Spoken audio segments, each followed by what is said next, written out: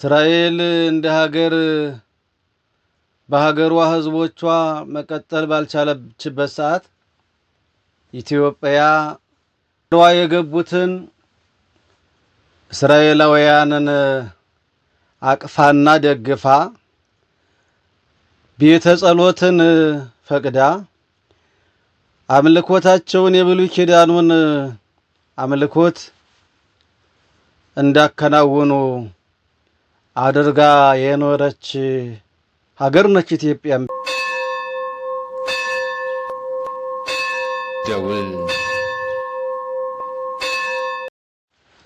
በስመ አብ ወወልድ ወመንፈስ ቅዱስ አሐዱ አምላክ አሜን። መኑ ያድገነ ፍቅሮ ለክርስቶስ፣ የክርስቶስን ፍቅር ማን ያስተወናል? የሐዋርያው የቅዱስ ጳውሎስ መልእክት ወደ ሮሜ ሰዎች ምዕራፍ 8 ቁጥር 35 ላይ የምናገኘው ኃይለ ቃል ነው። እግዚአብሔርን የምትወዱ እግዚአብሔርም የሚወዳችሁ በክርስቶስ ክርስቲያን በወልድ ውሉድ በመንፈስ ቅዱስ መንፈሳውያን የተሰኛችሁ ምእመናንና ምእመናት አምላካችን በሕይወትና በጤና ጠብቆ ሁላችንንም ከዚህ ዕለት ከዚህ ሰዓት ስላደረሰን ስሙ በልዑላኑ በመላእክት በትሑታኑ በደቂቀ አዳም አንደበት ከፍ ከፍ ያለና የተመሰገነ ይሁን። በዚህ ሰዓት ይህንን መልእክት ለማስተላለፍ የወደድኩት እንደሚታወቀው በሀገረ እስራኤል ተደርጎ የማይታወቅና ምእመናንን የሚያሸማቅቅ የተደረገውን ሰልፍና ግፍ በተመለከተ መልእክት ለማስተላለፍ ፈልጌ ነው። ሀገረ እስራኤል ታላቂቱ ሀገረ እስራኤል ኢየሩሳሌም ምለዋ እስራኤል ሶስቱ ታላላቅ የእምነት ተቋማት ታፍረውና ተከብረው ተከታዮቻቸው ከየትኛውም ዓለም ይምጡ ለሚያመልኩት ለፈጣሪያቸው ራሳቸውን እንዲያስገዙ ቪዛ ተሰጥቷቸው የሚገቡባት ታላቅ አገር ነች። ይቺ ሀገር የሕግ መውጫ፣ የሥርዓት፣ የዲሞክራሲ፣ የሰው ልጆች ነጻነት የታወጀባቸው አገራት ተብለው ከሚጠሩ ግንባር ቀደም ስለ ሰው ልጆች መከበርና ነጻነት ራሳቸውን አሳልፈው የሚሰጡ መሪዎች የኖሩባት አገር ሀገረ እስራኤል ነች። ሀገረ እስራኤል ለነዚህ ለሶስቱ የሃይማኖት ተቋማት ነጻነትን በመስጠት ክብራቸውን በማስጠበቅ አያሌ ዘመናት ኑራለች። እስራኤል እንደ ሀገር እስራኤላውያን በሀገራቸው መኖር ዕዳ በደል ሆኖባቸው ከሀገራቸው ሲወጡ እነዚህ የሃይማኖት ተቋማት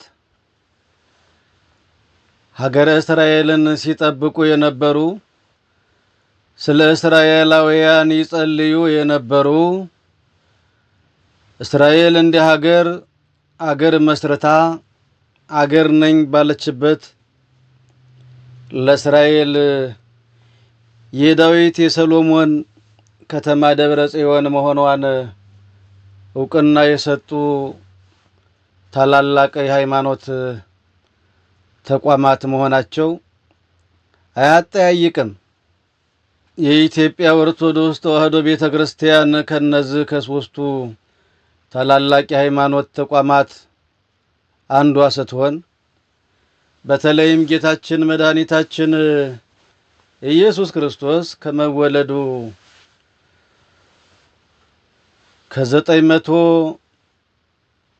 ከ982 ዓመት በፊት የንግሥት ሳባና የሰሎሞን የቀዳማዊ ምኒልክ ግንኙነትና ህብረት ኢትዮጵያ በእስራኤል ያላት ርስትና ግንኙነት የሰሎሞን ልጅ ቀዳማዊ ምኒልክ ወደ ኢትዮጵያ ወደ እናት ሀገሩ መሄድና በዛ ወገኖቹን ጭምር ይዞ በኢትዮጵያ መኖር እስራኤል እንደ ሀገር በሀገሯ ህዝቦቿ መቀጠል ባልቻለችበት ሰዓት ኢትዮጵያ ወደ አገሯ የገቡትን እስራኤላውያንን አቅፋና ደግፋ ቤተ ጸሎትን ፈቅዳ አምልኮታቸውን የብሉይ ኪዳኑን አምልኮት እንዳከናወኑ አድርጋ የኖረች ሀገር ነች ኢትዮጵያ ብትሆን ያ የሰሎሞንና የንግሥት ሳባ ግንኙነት ፍሬ አፍርቶ በደር ሱልጣን ኢትዮጵያ ርስት አግኝታ ባለችበት ቦታ ላይ የጌታችን የመድኃኒታችን የኢየሱስ ክርስቶስ የማዳን ሥራ ተከናውኖበት እስራኤልም የኢትዮጵያውያንን መብት አክብራ ከዓለም የሚመጡትን ቱሪስቶች በመቀበል የትንሣኤን፣ የልደትን፣ የጥምቀትን ነገረ መለኮቱን የገለጸበትን የደብረ ታቦርን በዓለ ደብረ ታቦርን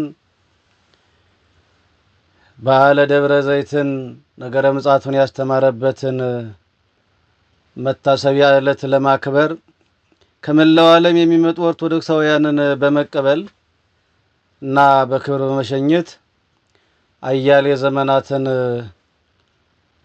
አስቆጥራለች። ይሄ ብቻ አይደለም።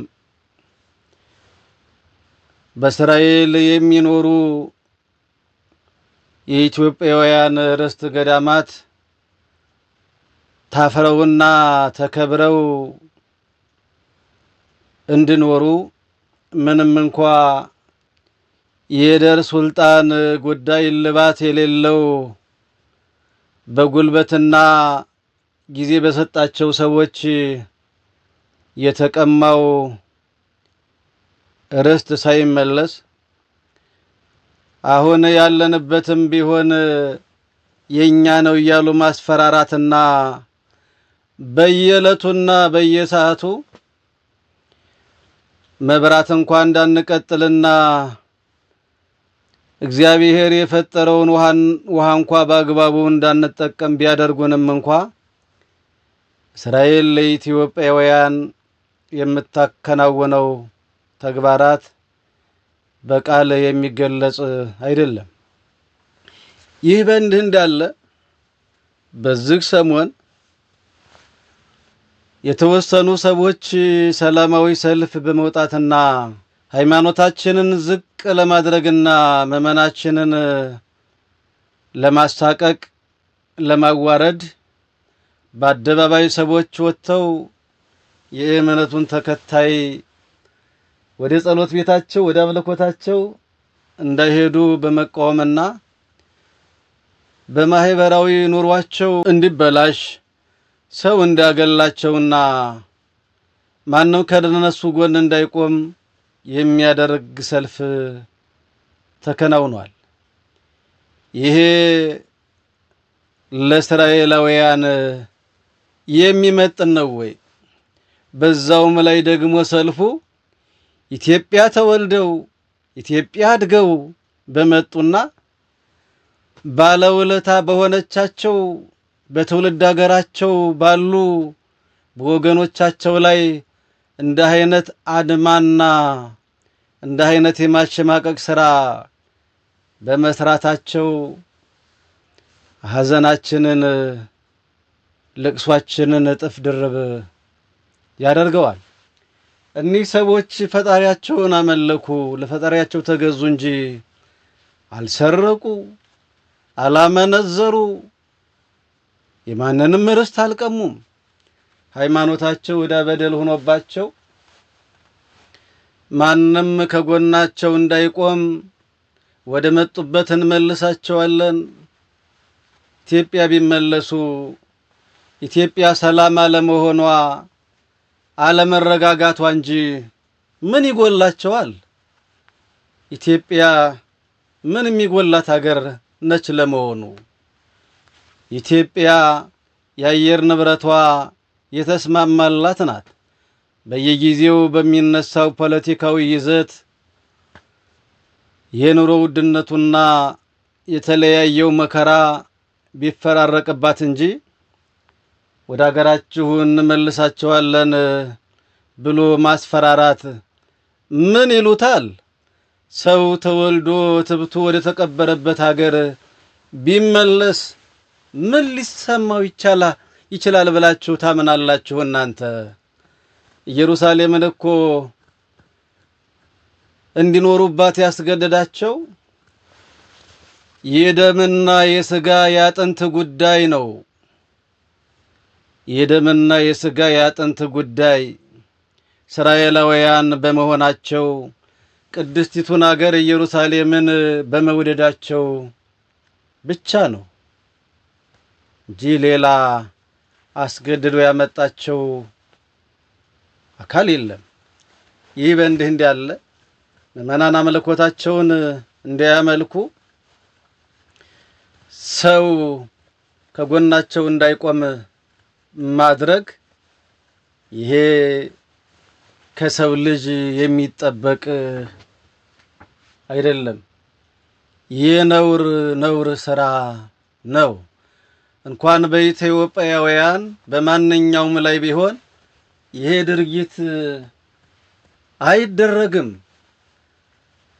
የእስራኤል መንግስትም እንደ አይነት ሰዎችን ድንበር ተላልፈው ድንበር ሲያፈርሱ ሃይማኖትን 3000 ዘመናትን ያስቆጠረችውን የኢትዮጵያ ኦርቶዶክስ ተዋሕዶ ቤተክርስቲያንን በአደባባይ ሲሰድቡ ምዕመናንን ሲያንቋሽሹ ዝም ብሎ ማየት ተገቢ ነው ብዬ አላምንም። ስለዚህ የእስራኤል መንግስት እኒህን ሰዎች ሀግ ሊላቸው ማስጠንቀቂያ ሊሰጣቸው አካሄዳችሁ ትክክል አይደለም ሊላቸው ይገባል።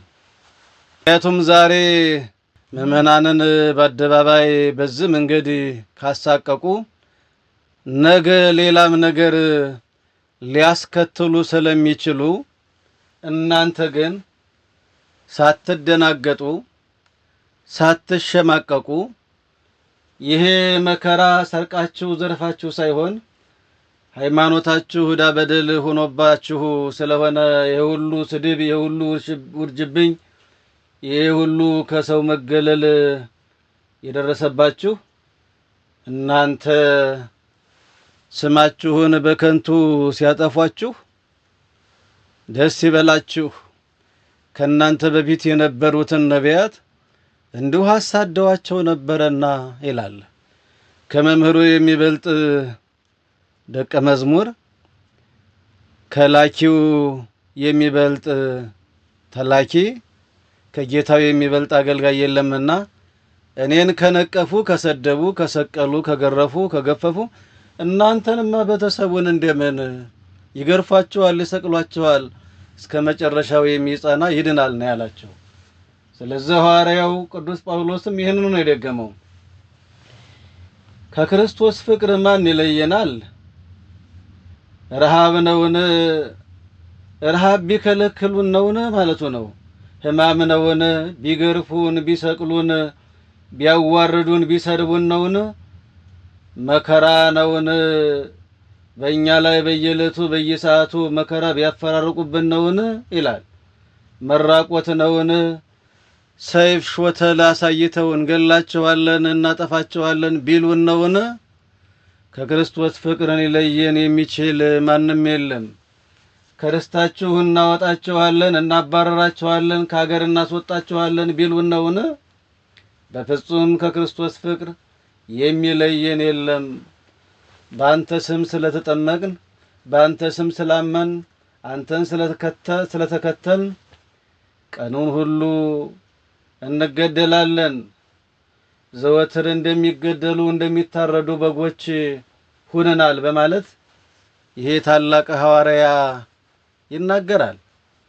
ስለዚህ እኛ ማመናችን ለሰማያዊት ኢየሩሳሌም ሙሽራ ለመሆን ነው እንጂ በዚህ በተድላ በደስታ ለመኖር እስካልሆነ ድረስ ለሰው ይምሰል እስካልሆነ ድረስ እስከ መጨረሻው ድረስ ጸንተን እግዚአብሔር ለወዳጆቹ ለሰማዕታት ያቀዳጀውን ክብርና ዋጋ እንደሚሰጠን እንደምናገኝ ተስፋ በማድረግ በሃይማኖት ልንጸና ልንበረታ ይገባል። እነሱ እንዳሉት ሳይሆን ነገ ሌላ ቀን ስለሆነ እግዚአብሔር ነገ ጨልሞ ስለማይቀር ብርሃኑን ስለሚያፈራርቅ የመከራውን ዘመን ስለሚያሳልፈው ፖለቲካዊ ትኩሳቱም ነገ ሊወገድ ስለሚችል ምእመናን ሳትሸማቀቁ በሃይማኖት ጸንታችሁ እንድትኖሩ ለማለት ነውና አምላካችን ይህን ጊዜና ይህን ሰዓት ባርኮ ይህን ቃል እንዲያስተላልፍና እስከዚህ ሰዓትና እስከዚህ ዕለት እንድንደርስ ስለፈቀደልን ስሙ በልዑላኑ በመላእክት በትሑታኑ በደቂቀ አዳም አንደበት ከፍ ከፍ ያለና የተመሰገነ ይሁን። እናታችን የቅድስት ድንግል ማርያም አማላጅነት፣ የመላእክት ጥበቃ፣ አባቶቻችን ጸሎት፣ የእግዚአብሔር ቸርነት አይለየን። ይቆየን። ደውል